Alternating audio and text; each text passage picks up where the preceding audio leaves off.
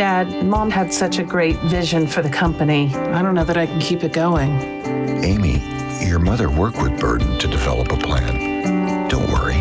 Life and business can be hard, but finding the right advisor to help you, your family, and your business get where you want them to go doesn't have to be. Stephen, get Burden on the line. Burden LLP. We listen. We solve. We do.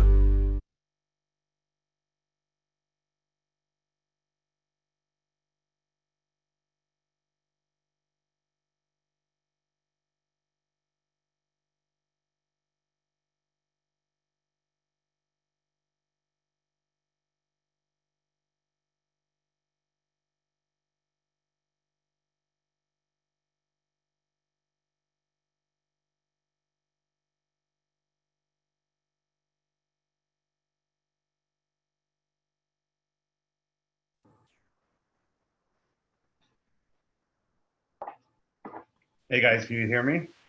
Good morning, Joe. Hey Max, how are you? I'm well. Before we start, let me just introduce myself. I'm Max Gross. I'm the editor-in-chief of Commercial Observer.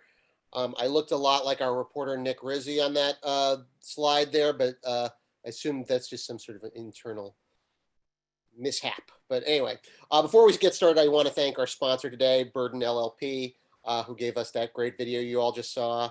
And I'm very excited to be joined by my guest, Joseph Ferrara of BFC Partners. Thanks for having me. Well, I was very, very excited about today because I've always had extremely fond memories of St. George. When I was a single guy, one of my favorite dates was to take a girl to the Staten Island Yankees or go to the Grandma restaurant, Enoteca Maria. Before we get started, Joe, I did want to say I do apologize for my background here. I'm in the process of moving. So Wait, are you in bed? What? I'm in bed right now. It's the first one of these things that I've done in bed. But I welcome all of our viewers into my bed with me, including my friend, Joseph. No need to apologize. But so let's get started. Let's start with, Sure. So I wanted to start with Empire Outlets. Uh-huh. It's obviously one of the things that I was most excited about with St. George in the last few years. And, it was just a very ambitious, great project. And yet here we are in this pandemic where shopping malls. Oops. So give me your take. Where does Empire Outlet stand right now? So we just reopened Empire Outlets as part of the executive order from Governor Cuomo, phase 2. Mm-hmm. All of our stores have slowly and cautiously began to open up their suites to allow guests to come and experience, what Empire Outlets is all about. And first and foremost, get these guys rocking and rolling and making some money on site to be able to, sell some product. We're excited. We took on, there's a lot of protocols that we put into place to make sure that our visitors that do come visit the center feel comfortable and are kept safe. And there's mechanisms that we're putting into place with our staff, Employer Outlet staff. It's mandatory, like for example, in the morning, that we take a temperature reading of every employee that comes to site. And if they're reading above 100.4, we ask them to go home and to track their temperature throughout the course of the day. And if it persists, to get a COVID test and come back with a negative result before they do come back to work. Obviously, they're wearing all of their personal protective equipment on site. We are going above and beyond with sterilizing highly touched surface points throughout the center. The biggest asset that Empire Outlets has upon itself, and that we're very grateful for, is that, well, right now, I believe it's the only mall that's open in all of New York City as part of phase 2, because each individual one of our tenants has access from the 4 acres of public open space that exists on our real estate. So that's a big benefit to us, obviously, as a landlord, that our tenants can open and start, getting back to business. We've set down social distancing markers in our public spaces to make sure that when individuals queue up outside of whatever store they're looking to visit, that there is ample distance between the queue getting into the stores. And then our tenants, even themselves, have really taken this stuff seriously, as they should. And some of them have, if not most of them, removed floor fixtures from their selling area to allow for more generous, ample space between their customers. They also have, they have gone through and put their employees through a certain protocol and an educational component, I would say, as how to proceed with business during this environment that we live in. And so far, so good. I mean, it's been a slow roll. I can tell you, we opened this past Monday, actually, a week ago today. We had the ability to open with phase 2. People are cautious, I can give you that. But from, as the week progressed, the footfall count at Empire Outlets is increasing steadily, which is a very positive sign that people just want to be out there and enjoy the public spaces, but also, have the ability to be on a brand new Esplanade that it sits right on New York Harbor, and just to be able to socially interact and shop, right? And just get out there and do something with their family and be made to feel comfortable that they're safe. Well, what's the shopping process been like? I mean, have been people, I've had to, I told you I'm moving, so I did have to go to one of these, linen places or something like that. And it was, a couple in the store at the time. We were actually allowed to go in without actually having purchased something in advance. The mall is so much about a browsing experience. I'm wondering, how much that is going to change as a result. Well, I mean, shopping is very, very much a social experiment, for lack of a better term, right? I mean, a bunch of friends go out there, they want to be able to, mingle with each other and see other people and try on stuff, and just be out there and experience life, right? I mean, today it's just very, very different, right? Because I mean, everyone, by the way, also, we're also asking everyone to make sure that they wear a mask when they're on site.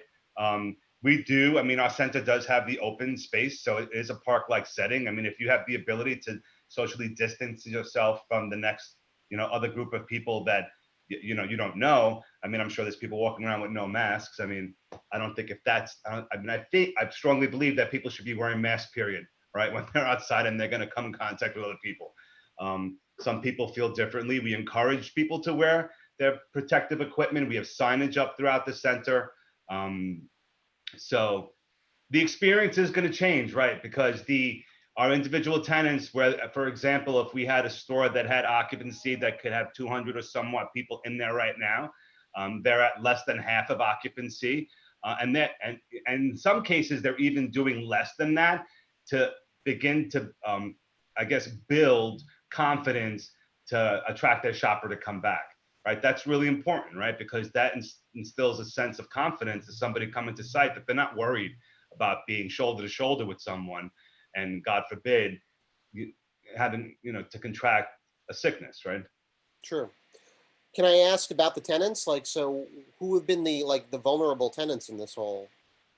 Well, I mean, the one vulnerable tenant we had had True Religion, who had an issue, right, throughout their entire book of business, have shuttered and declared Chapter 11 or bankruptcy, whatever it may be. So that tenant is not coming back to Empire Outlets. But we've been very, very fortunate that all the other tenant roster have decided to, rock and roll and continue business as usual, even though it is changed in center. Some of our tenants are taking a longer amount of time to get ready. The Nike store will be opening up on July 7th. That's a really high impact, it's a 13,000 square foot store at Empire Outlets with a very large storage capacity and close to 200 employees. So they're really going above and beyond to making sure that their visitors are safe. And every day this week on center, even though the store has yet to open, there's people queuing up in front of it, right? Just wanting to get in. It's just one of those concepts that's always very high in demand. Mm-hmm. It was really interesting what you were saying, Joe, about how the layout of Empire might really work to its advantage, just in the sense that there's so much open space. That it's the only mall that's reopened in New York. I'm wondering whether, those tenants whose business models were centered on a mall, on being in a mall, are going to look at something like that in the future. Like this is going to be so much more important in their thinking. Have you had those kinds of conversations with any potential tenants? Well, look, I mean, when we designed the center, we never really considered Empire Outlets to be a mall, right? We always considered it to be a lifestyle center. Mhm.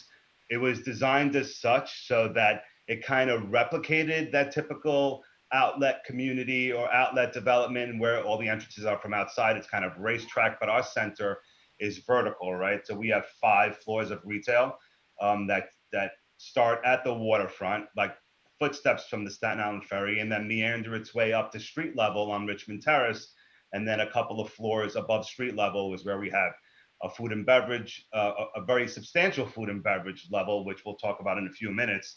And then a very, very large experience space that floats above the entire center. So we never really considered it to be a mall. I do know that malls now being interior, and even prior to pandemic, I mean, the whole mall scenario was really changing. For us, it was always about, I would say, let's program our public spaces in such a way that people enjoy coming to Empire Outlets and keep them engaged. And no doubt that as they come and visit through our 4 acres of outdoor space, that they're going to meander their way and visit the stores. And it's going to morph into something different, which is exactly what does happen for us. We're very much on a social media platform, right? Too, if you notice, like across our social media portals, we're really talking about the experience and the community engagement that we do. Whether we had the mayor's office come and put on a performance of Chicago and Beetlejuice, which drew that afternoon close to 6,000 people, which was really, really cool, right? To be able to set up a stage where your backdrop is the Statue of Liberty in New York Harbor and Lower Manhattan. It's a pretty fun place to be for the afternoon. Now imagine, I mean, I get it, like back in the 80s and 90s, you had these pop stars singing in the middle of malls, right? But that experience is very, very different when you take that and you move it outdoors and there's a whole bunch of other things going on organically around you, which is pretty compelling, right? So, I mean, to me, I believe the human, like man and women and child, when you have beautiful weather, just enjoy being outdoors, right? So when you couple all that together, it was a recipe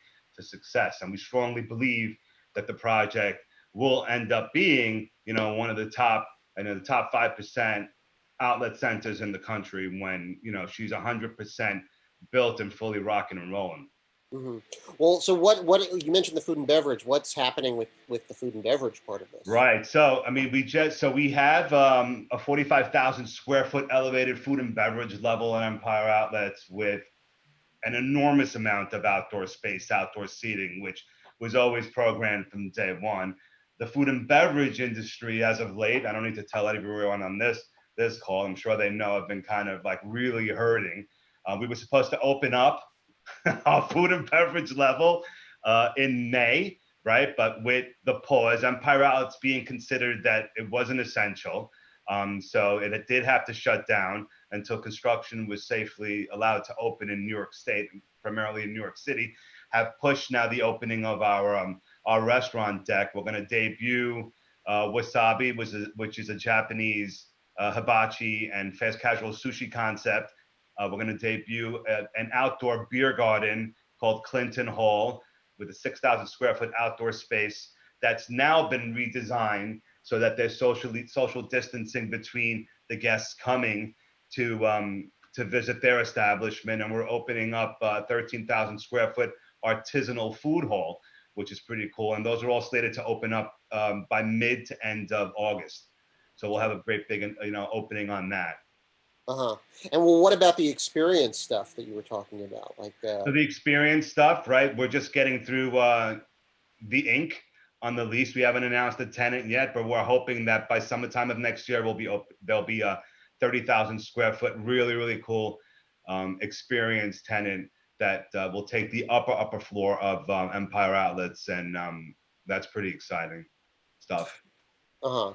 Now, Empire Outlets was always such a a big thing for Staten Island and for that area of St. George and the North Shore of the island. Can you give us a little bit of your thoughts of where it how it stands with Staten Island's future? I think it's really, I mean, the Empire Outlets in itself is a really important project for the North Shore of Staten Island. So just to give a little bit of history here of what we did, me and my partners went and actually paid for the training of close to, slightly more than, if not close to 800 individuals, right?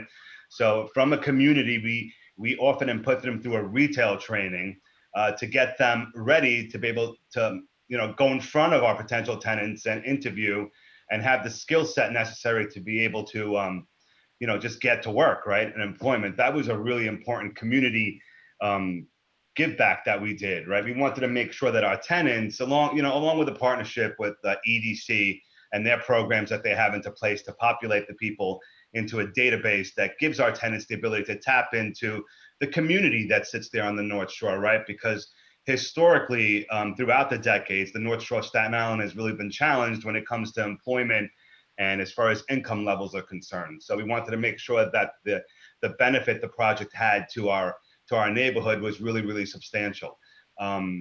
The project in itself too, as far as a community give back, what was there in the past was a parking lot that was below grade, and it really wasn't any connectivity for the residents of St. George to be able to experience the waterfront without walking a quarter of a mile out of your way. And the waterfront, I mean, it was there, but there really weren't any amenities. So now it does exist as a seamless connection from downtown St. George to meander its way through the property through a very park-like setting to access the waterfront and also to access, the Staten Island Ferry itself, because that boat in itself, before the pandemic hit, with the tourists and the commuter population, was seeing 80,000 trips a day, and that's a heck of a lot of people, right? So that really is a great reason for why Empire Outlets does exist and why we were also designated through EDC. So the economic improvement, I mean, the tax revenue that Empire Outlets generates for the city of New York is tremendous, right? Because of the sales that are there. And then there's, it also spurred a lot of other development. At one time, there was close to over $1 billion of development going on the North Shore of Staten Island. Triangle Equities Project, Lighthouse Point has reengaged, has restarted their construction now. That's an exciting project. Sits immediately on the opposite side of the ferry terminal. That's a 200 and somewhat unit residential housing building that has a 65,000 square foot commercial podium below it. And then their phase 2 includes a hotel project that sits on the harbor with crazy views. And then they have this landmark little village in front of it that they're programming for food and beverage and experience space as well. So we're hoping that phase 1 of that building will end up being done by this year. And there's lots of other great stuff happening in the borough too. There is this stretch, this almost a 3/4 of a mile stretch of land that was just recently rezoned between St. George and Stapleton. And we have a project in development at the beginning of that rezoning called 475 Bay Street. We haven't branded the building yet. It's a 231,000 square foot building with approximately 275 affordable housing units. And that'll be the first project to get built as part of the rezoning that's taking that large swath of land from manufacturing to residential, which is strategic too, in a sense. And we push for this rezoning because between St. George and Stapleton, and in Stapleton you have the Irby project, which is a beautiful development on the waterfront, but there really isn't any connectivity between what's happening in Stapleton and St. George.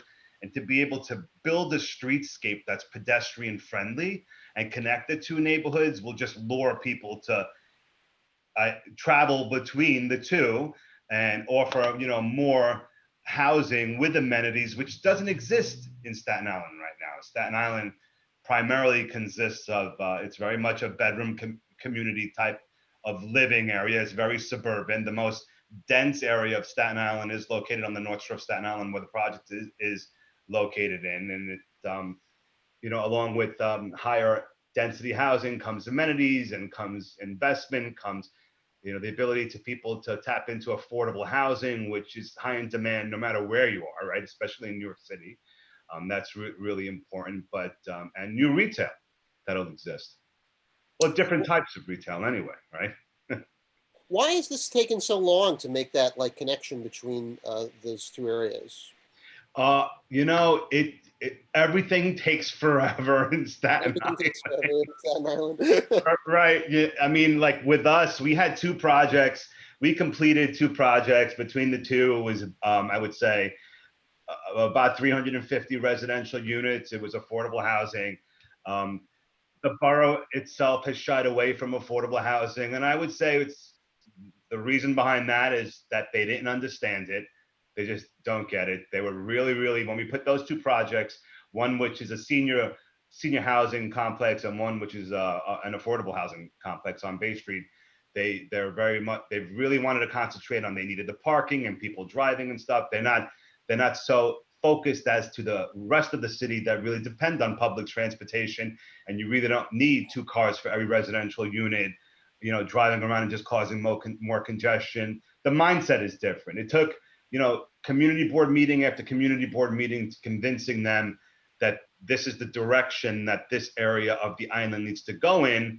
And ultimately, we're glad that that got done. But, it's just when people don't understand stuff. And look, I can tell you that from being a developer in New York City, nobody trusts us, right? We have an exemplary record for the past over 3 decades in New York, where we're very community conscious, and we would never build a project, whether it be a tourist attraction, which I say like Empire Outlets, or a residential building with affordable housing, where me and my partners would not want to live in ourselves, right? So we want to make sure that our biggest asset to us is having the ability to either one of our tenants or one of our residents to take pride in where they live or where they shop, because their good word and their recommendation just echoes throughout the community for us. And that's really, really important, because reputation is everything. And taking like a community board and leaders in that community on a tour of our existing developments really pushed them over the edge when they just, when they came into one of our affordable housing projects and they saw, oh, look, there's a library as an amenity here, an outdoor sun deck, and a gymnasium and a fitness facility. They're like, wow. I'm like, this is affordable housing? I'm like, yeah, this is affordable housing. And you know what? And the population of the building are frontline workers, nurses, NYPD, teachers, right? And these people that just get priced out of neighborhoods is an important, and what makes our city survive, from children up to our elders. They need an affordable place to live, right? So it's important that they have that ability to be able to find those options in housing. And with Governor Cuomo's executive order to keep affordable housing essential throughout the entire NY pause is key, right? Because we can't run out of affordable housing stock in New York City, because then our city really ends up.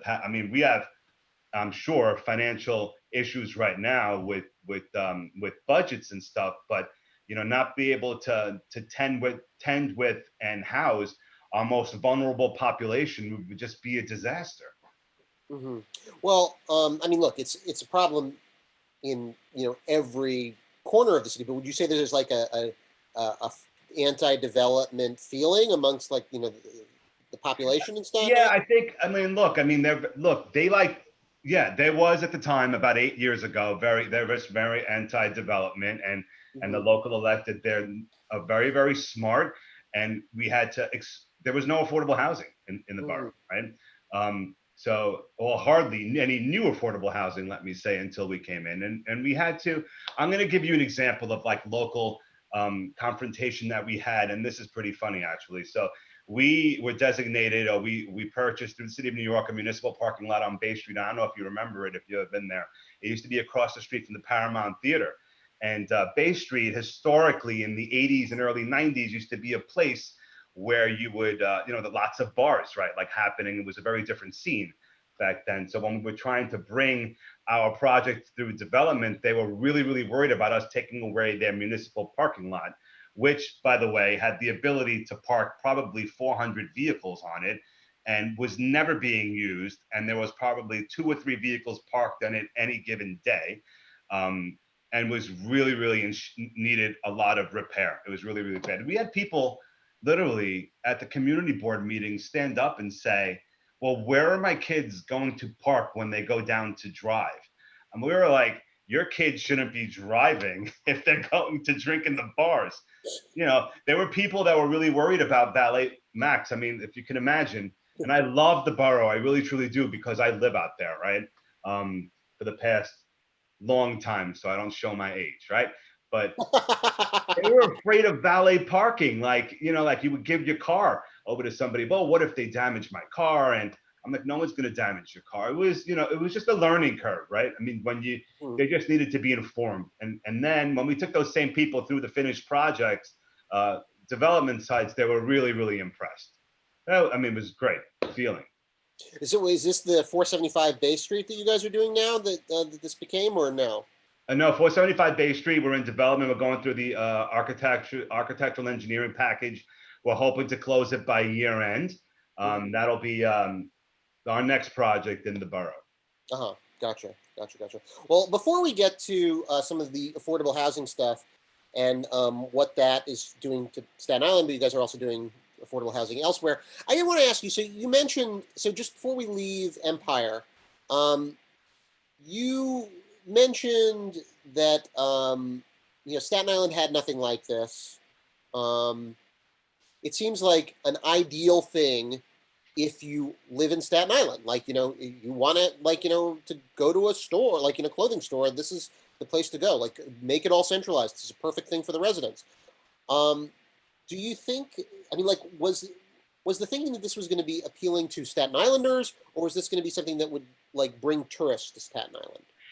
So when we, we always knew that the tourists visiting New York City would leave the borough to do outlet shopping, and a lot of them did it on a yearly basis. They would leave. I mean, the number was probably in the neighborhood of about, I would say about 12 million people, would specifically book trips to New York City to come and do shopping, whether it be, shopping Madison Avenue or shopping in an outlet center outside of New York.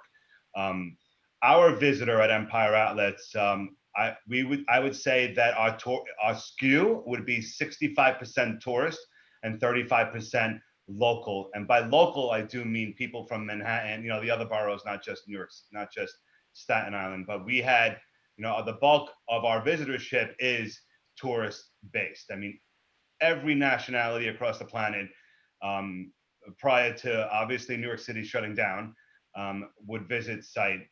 We had, on the average, Empire Outlets would see 20 to 25,000 people a day.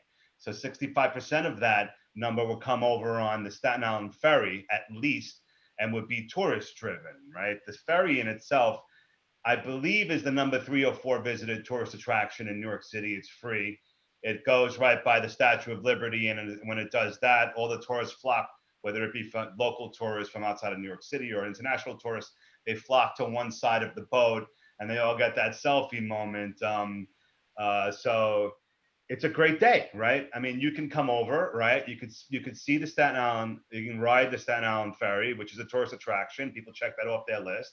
They see the Statue of Liberty without having to spend 3/4 of a whole day on the island, which, by the way, is a great experience and every American should do. But, people come here to New York with a set amount of time and a set amount of dollars, right? And they want to be able to cram in whatever they can cram in their 3 to 5 day experience when they visit our city. So they got to do the boat, they got to see the Statue of Liberty, they got to be on a cruise, right? Ride the harbor, and then they got to do outlet shopping. And then, when they get over to us, they get to experience the outlet shopping, but we'll have a host of different food and beverage opportunities. We'll have live music programmed and stuff. So it's a great day to, kill a day as a tourist. That, by the way, just so you know, is gone, right? So there's no international tourism coming into New York City. We're very fortunate enough that, we have a big advocate on our side with NYC and Company, because they have promoted Empire Outlets around the planet and New York City exemplary, where they have brought the tourism numbers to New York City. I believe the last I checked was 66 million people per year visiting this city, spending a hell of a lot of money doing whatever it may be that these tourists love to do. And it's going to take I would say to get back up to 70% of that number would be at probably this time next year, depending on all what happens with a vaccine and into the fall here with this COVID situation. Well, no, it was exactly why I used to take dates to the Staten Island Yankees, just to ride the What, ferry. the free boat, Max? I mean, I've taken there are photos of me dating my wife on the Staten Island ferry. Like, you know. That's cool. Very cool. Well, it was great. Staten Island ferry, it's fantastic. Staten Island Yankees, it's a great date. So tell me a little bit about the affordable housing you guys are doing in Staten Island. So sure. So the one project that we have in the books in development actually in Staten Island is 475 Bay Street, Right. 231,000 unit building. We have a lot of work, so forgive me. I have my cheat notes in front of me, scroll down in front of my desk, because there's lots of numbers, right? And I don't want to give you guys inaccurate information. But the 274 units, it's got a 10,000 square foot retail component on the first floor of it. It's at the beginning of that new rezoning stretch. The building itself is $124 million total development cost in that project. And we're excited to bring that. It's designed by David Gross, GF55 and Associates. We can't wait to get rocking and rolling on that. It's been a little bit, challenging with subsidies, right? Because with affordable housing, you do have to apply for certain subsidies. So we're in that pipeline. As soon as that gets the clearance and go ahead, and through some creative financing on our end, we're hoping to close that deal before the end of the year. Do you think that, what do you think, do you have any predictions about what's going to be the future of affordable housing in Staten Island? Well, I think, in the rezoning stretch, affordable housing does need to exist. So whoever is coming in and building something in that new swath of land has to include some component of affordable housing.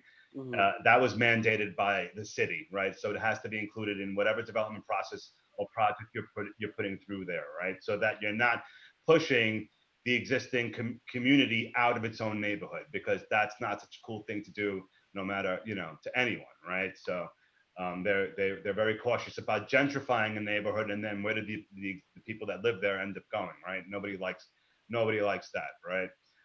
So I think affordable housing, and whether or not the borough wants to call it healthy housing, and I think there's a lifeline there, right, for the North Shore of Staten. Do I think that an affordable housing project will end up being built in an affluent area on the other side of the island? I would say probably not, just because the zoning just doesn't allow for it, right? In order to make affordable housing work, you do need very, very dense and a lot of units, right? Because you have to take advantages of subsidies to be able to offset the cost of the project itself, to be able to offer the affordable rent to the potential resident of the building.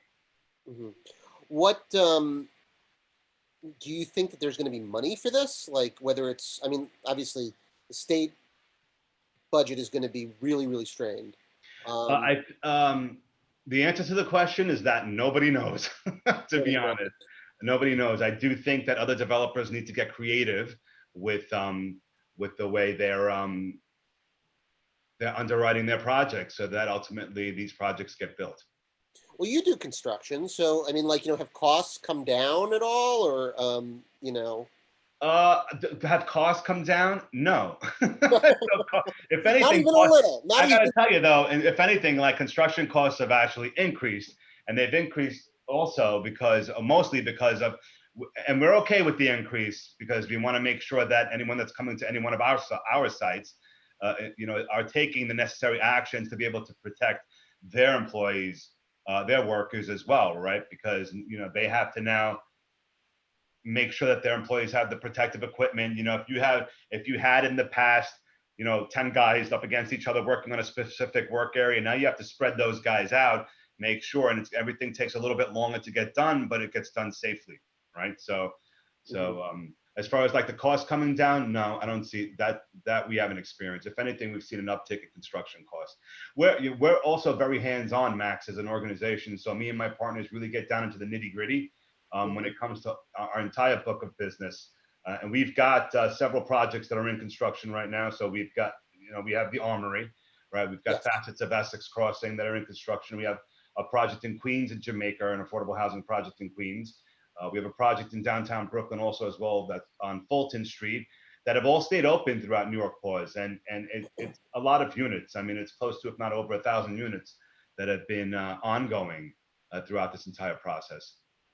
Well, what has been like, the construction experience been like? I mean, yeah, just since COVID started. Well, I'll tell you, like, you mean from like a mental aspect or for an actual physical aspect of getting things done? Because in the beginning, there was lots of uncertainty when it came to coronavirus, COVID-19. People were afraid. I mean, people were very afraid, and with due reason to be afraid. It was like, for us, it was, I can describe it this way. It was like going to war every day, literally, without actually being in a war. I've never been in the military or anything, but I mean, you had to suit up, you had to be careful. You were worried if the guy next to you was sick. How do you get this? I mean, it created a lot of mental anguish on our staff and our team. We decided to shut down our entire office. Our office staff, most, if not all of our office staff did work from home. We had some essential accounting people that came in on a rotating shift. So nobody, and we have a fairly large office over here, that nobody was really ever anywhere near each other. The minimum distance between the two would be like 100 feet. People were afraid, the office staff was afraid, the construction workers were afraid, but, by constantly giving out literature that was disseminated through the powers that be, informing people, them seeing the precautions that we were taking into place too, like with, taking people's temperatures, make sure people had gloves in the beginning, gloves on, masks on. In some cases, hazmat suits literally, and they survived. We throughout that New York pause and getting to phase 2, we were so fortunate and very lucky that we only had one COVID positive outcome until, so through that entire shutdown till the phases of New York City started opening. That's So great. we're very proud of ourselves with that. And that was keeping close to 350 men working on the daily throughout the whole process. Well, what's it going to be like now that, I mean, I went outside yesterday in a mask and like 90 degrees out. I mean, like what's that going to be like doing that on a construction site? Yeah, that sucks. But, I mean, you just got to do what you got to do, right? I mean, we have fans built into our construction sites as well. So we're generating a lot of, air circulation. Most of our construction sites have, windows aren't in place yet. So there's lots of cross ventilation. So people stay cool that way. Mm-hmm. But as the temperatures start to amp up, it does get uncomfortable.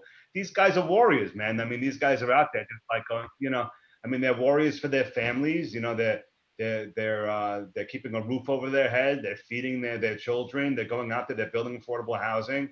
We truly appreciate every one of our employees out there. Mm-hmm. It's not easy. Definitely not. It's not easy, right? I mean, it's you're not going into an office that's cool to 65 degrees. These guys New York strong. All right. So before I get to non-Staten Island question, I have to ask you. So have you seen the King of Staten Island yet? You know what? You emailed me the other day. I was actually going to, but I decided not to. I ended up renting The Invisible Man last night, which wasn't so great. Oh, yeah. No opinion about this movie. All right.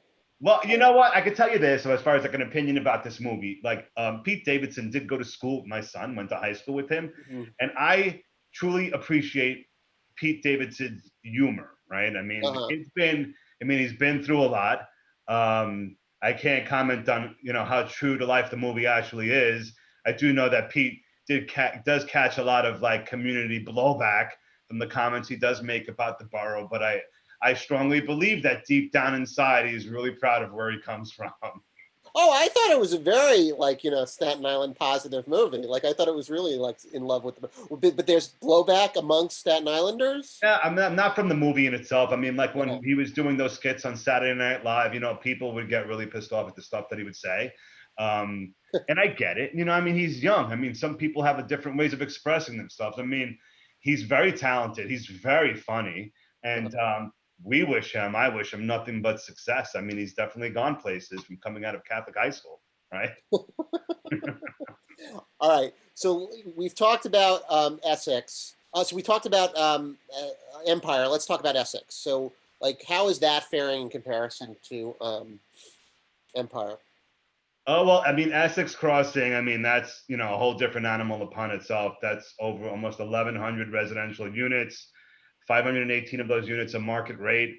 561 of those units are affordable. We're at the tail end of our phase 2 of Essex Crossing, and by the end of this year, we'll be done with phase 2 and start our phase 3.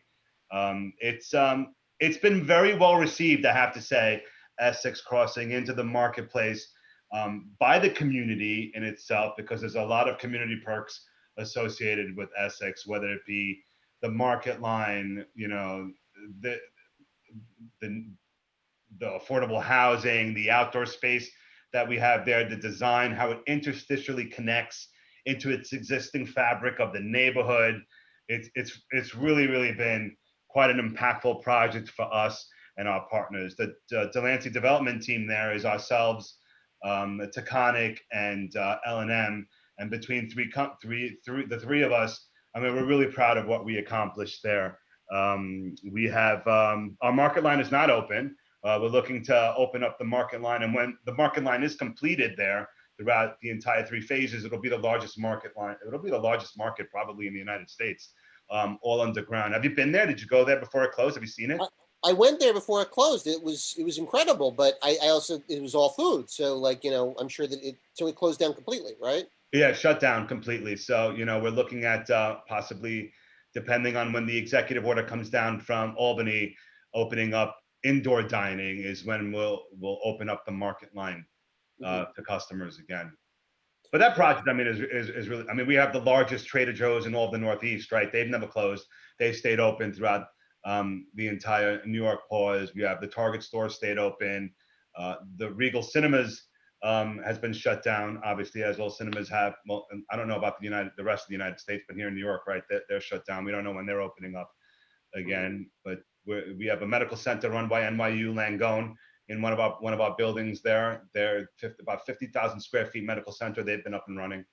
And then we have the International Center for Photography. I'm not sure if they've opened up yet, actually, to be honest, but they may have opened. I'm not sure. Have museums opened up in New York City yet? Do you know? I don't think so, but I'd have to look into it. I don't remember. I was walking with my son yesterday past the Children's Museum on the Upper West Side. He's like, "Let's go." I was like, "No, we're not going." I don't know. Well, but so what about like what's going on with the vendors in like Essex, like cross, like the market? Well, I mean, look, the vendors, the food and beverage industry. I can tell you one thing that is happening when it comes to marketplaces. So we've gotten a lot of interest from this industry to open up into our marketplaces, because there existing restaurants, right, that have shuttered. They ain't opening up again. I mean, they just can't afford to pay the freight over the past 3.5 months, their rent. They've probably, I would say, just changed their business model. And we've gotten interest from people wanting to come into smaller, more niche kiosks where they can manage their expenses and get back on their feet and be able to, you know, make some money and rebuild their life, basically. So that on our end, that's been exciting, that we've gotten a big uptick in interest into our food halls. But they're struggling. I mean, like, if you can imagine, like one of these vendors that's in the marketplace now, it's their only source of income. I mean, that is really horrible. So we're hoping to get them up, and I mean, when we have the ability to get these guys open, we'll get them open. So now let's talk about Crown Heights and the Bedford Union Armory. Yes. So tell me everything. So the Armory is close to 400,000 square feet. We have, it's a 3-phase project, 100,000 square foot drill shed that'll open up by the end of this year, which is really cool.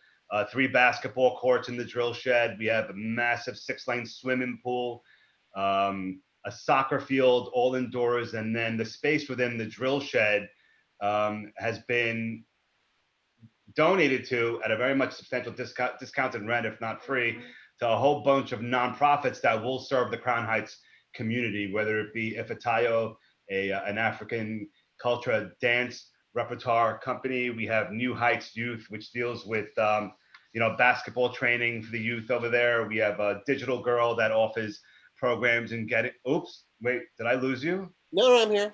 Okay, I think I lost you though. Where are you? There you are. So we have, Digital Girl. We have the West Indian American Day Carnival Association in that building as well. So it was a rough road getting to the closing of the Armory, but we got there. and we're excited. 250 of those units, residential units, by the way, will be all at 60% of AMI and under, which is great, right? Affordable housing for that community and downtown Brooklyn. So we're thrilled to bring that project to fruition. Oh, also the Pride Center is going to be located in the drill shed as well. We do have a name for the drill shed. I don't know if we've actually announced it. I don't know if I should tell you, Max, being that you're one of the largest publications out here. I don't know if we made the dedication yet. Tell us. You should tell us. What's the drill shed? Come on. What's the name of the dedication of the drill? I'm not going to say. I'm sorry. No. Oh, come on. I'm not going to tell you. There's an auditorium in the drill shed too, a 5,000 square foot auditorium to be able to put on performances and to use for the community. So that project is really, and it's an entire city block. But I mean, we've had our bumps in the road with the Armory. That was another project. People were like really, the communities was really, really afraid that we were going to outprice and push out, the local community, which was not what we were all about. I mean, to be able to get back an asset as beautiful as the drill shed. I mean, literally, you have to come on a tour. I mean, it's just, when you're inside, it's just jaw-dropping. It's massive.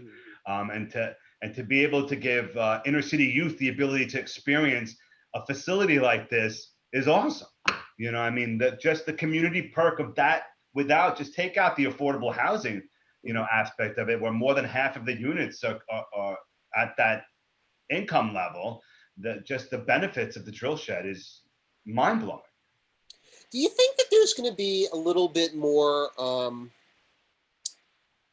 like slack cut to developers after this whole pandemic, just because like the local boards is going to be like, well, we need some activity, and the city council, well, we need some activity because these things have gone away for so long. Do you think that that's going to be the case? No, and I disagree with that. I don't think a developer should never be given slack, period, because as much as I'm confident in my team to be able to put out a product that the community can be proud of, there are groups out there that just don't give a damn, right? So the pressure has to be relentless and always has to be on. I mean, you just have to make sure that people are understanding that, when a developer, and look, I'm not talking about somebody building a 2-family house, even though that's important in itself, but when you've got the million project that's 600,000 square feet, 500,000 square feet. Our projects aren't small, even 300,000 square feet. Those projects make an impact in community, and it's important that the pressure is on and that developers and builders do what they need to do, because like Staten Island, for example, going back to that aspect of it, the borough in itself, years ago, just with the rezoning, let developers run rampant with townhouse communities and row housing, where there's no distinction made between townhouse 1 and townhouse 2, and it literally just looks horrible, where a builder can just, for minimal cost above that, go above and beyond and take the effort to make sure that even from an aesthetics aspect, that the project just fits in community and is just basically attractive. I mean, and these developments that I'm talking about in Staten Island aren't even affordable. I mean, these people are getting top dollars for this, but there's tracts of land in the borough where everything looks the same. That's horrible. When you really think about it, right? It's just horrible. It loses all sorts of appeal, and people were just snapping them up, right? They're at the right price point.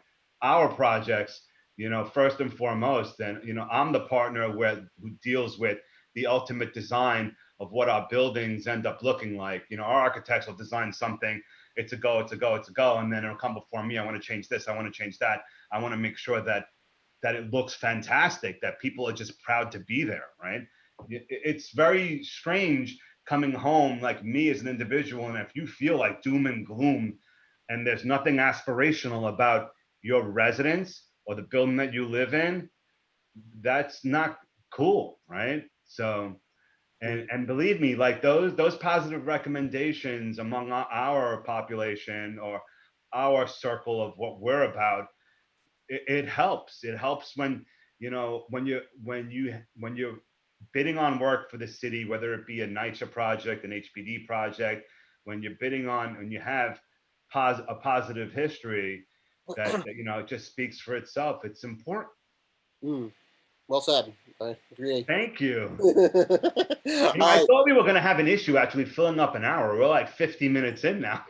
Well, and we got questions. So I always Oh, we got questions. we got a few questions. So I'm gonna ask we actually got some in advance. So I'm gonna ask the ones in advance second, and here's one we got just now. As it pertains to safety protocols, what are you as a landlord paying for, and what are your tenants paying for themselves? With regard to Empire Outlets, I'm assuming that's where the question's coming from. Retail, right? I guess so. Yeah, right. So, I mean, we're paying everything that happens in our public spaces, in our restrooms, our vertical points of transportation, I mean, literally, like we've got a body on the escalator, like 24/7, right? As we're open, wiping down the handrails, multi-surface touch points. We will wipe down the handles of a tenant's outdoor door.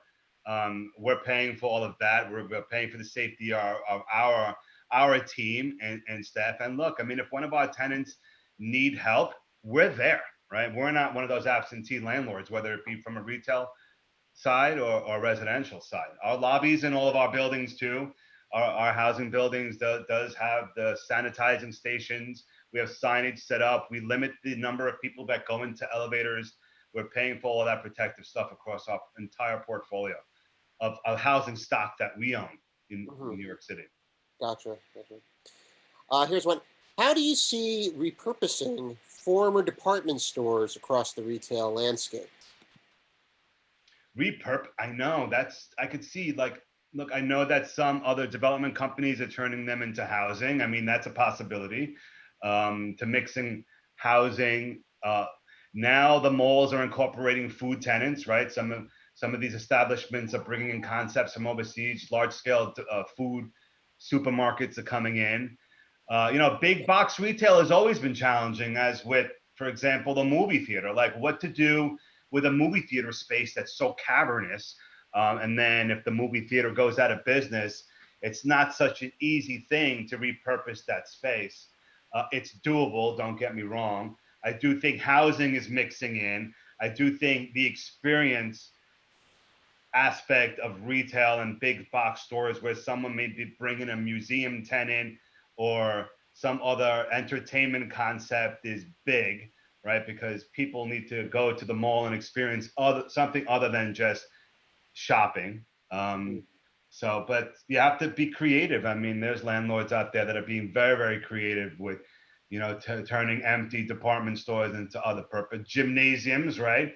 I mean, before coronavirus and pandemic, they were folding in a health and lifestyle health component to these gyms, to these malls, which is a great perk to have.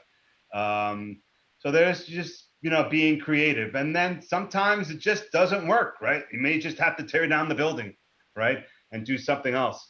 If you've got a 2-story department store, hopefully the zoning will allow to put up a residential tower, whether it be a market rate or affordable, or a mix of both, affordable housing and market rate, condos, rentals.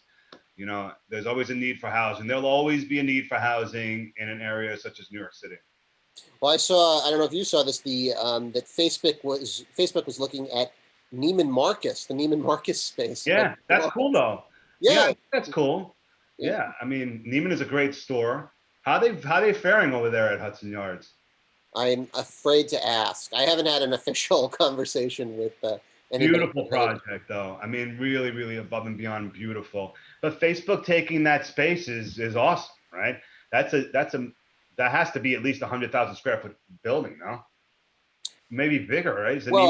The whole building is, I don't know. I think it's like 250,000 square feet or something. No, like that. they're taking the whole building, Facebook? No. I don't know what the Neiman Marcus space is exactly. Yeah. But I'd have to look. I'd have to look it up. I don't know off the top of my head, but I don't know if that's actually true. There's just been a report that they're looking at it. I don't know. Who knows? All right. Next question. What commercial developments are coming to Staten Island? Right. Well, I mean, as far as commercials, and there's a lot of like things percolating in the borough. I know that there's some large scale commercial development on the South Shore of Staten Island that has come to fruition. Very, very large open spaces, kind of stuff that you would see on Long Island that has been very, very successful as well, is open now because they all have exterior entrances out to their parking facilities. But the land is, it's very limited in the borough as far as to be able to accomplish large, massive scale development. There's lots of small strip centers. There are large scale projects on the North Shore in Charleston that have been successful. My company, as our investment in the borough, I mean, we're a very large landlord, but our next project is 475 Bay Street. And we are looking at something in the not too distant future to incorporate into our project to build it a little bit more generous, I would say. Mm-hmm. Here's one. What's your opinion on the future of outlet centers? My opinion on this is that outlet centers will and always will outperform frontline retail just because everyone is always looking for a bargain. Even through the retail downtick, with Amazon coming to fruition and people doing a lot of online shopping, that sector of retail always outperformed and always met its expectations. So, I strongly feel that the outlet, and look, even now too, like with our tenants, it's important to put out there that they haven't, their stores haven't been open for a really, really long time. And 3 months is a long time when it comes to retail. They have so much excess product that they need to move. And I've seen it through like the interest that we've gotten now with our leasing team, with people wanting to jump in now and like open up concepts as, they have the ability to reopen their stores and push out product that's just been sitting on the shelves. Mm-hmm. No, that makes sense for sure. This is a related question, will retail on Madison and Park still have the same cachet when the pandemic is over?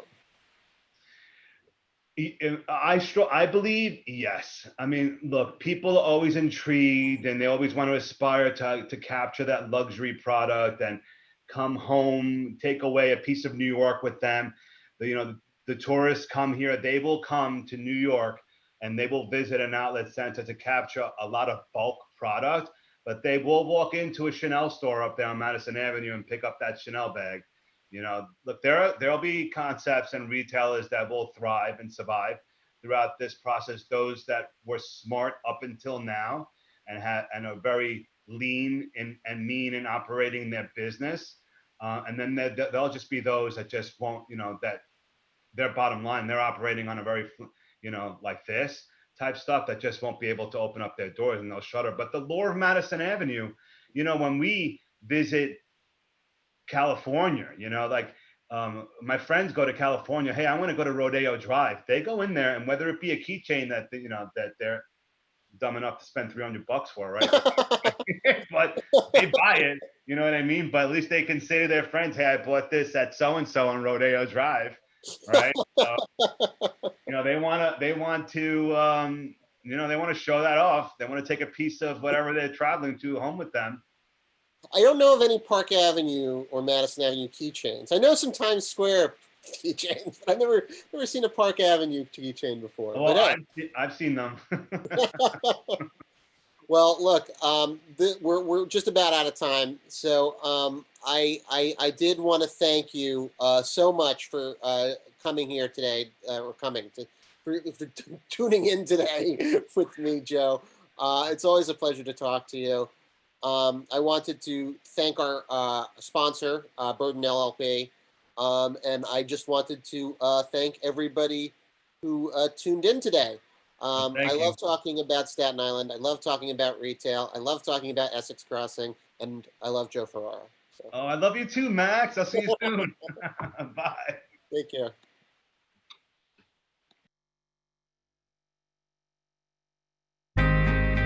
No matter how you define your family or classify your business,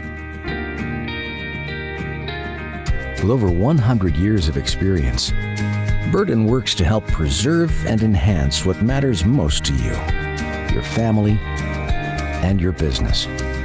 Burden, accountants and advisors, understanding the value of the family and the business.